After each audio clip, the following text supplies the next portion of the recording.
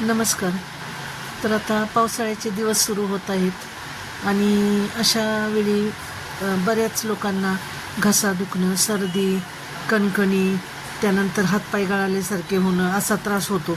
तर अशा दुखण्यासाठी मी तुम्हाला मस्त एक जुनी रेसिपी सांगते. तर हे हुलगे आहेत. तर तुमच्याकडे याला काय बोलतात मला माहीत नाही. तर हे आम्ही हुलगे बोलतो याला. तर आता हे हुलगे घेतलेले आहेत पाव किलो.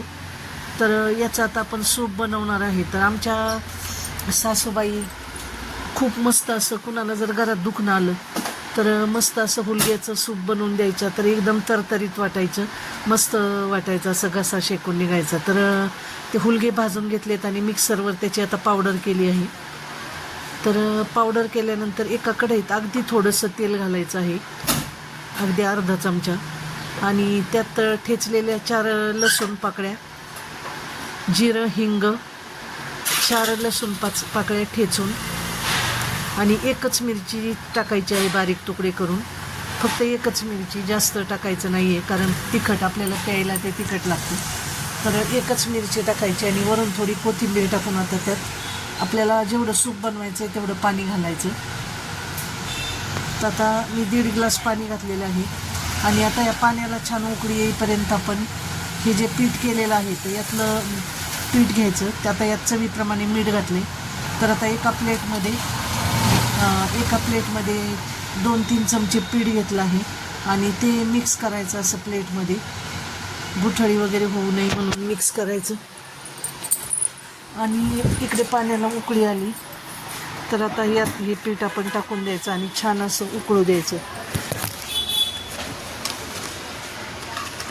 साधारण 5 मिनिट लागतात.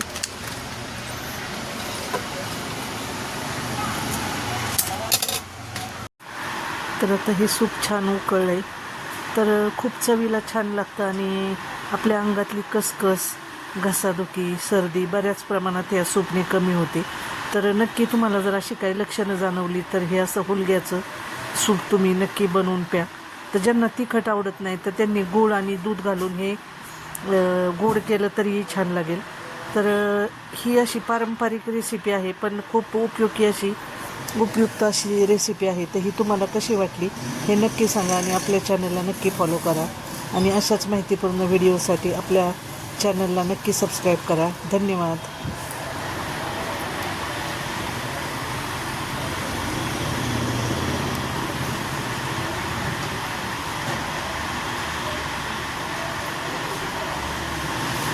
तर माझी अशीच तब्येत बिघडली होती आज सकाळी, घसा वगैरे खूप जाम झालेला.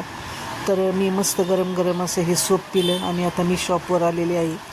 तर तुम्हालाही असं कधी त्रास जाणवला तर नक्की तुम्ही हे सूप करून प्या आणि मला नक्की कमेंटमध्ये रिझल्ट सांगा. धन्यवाद.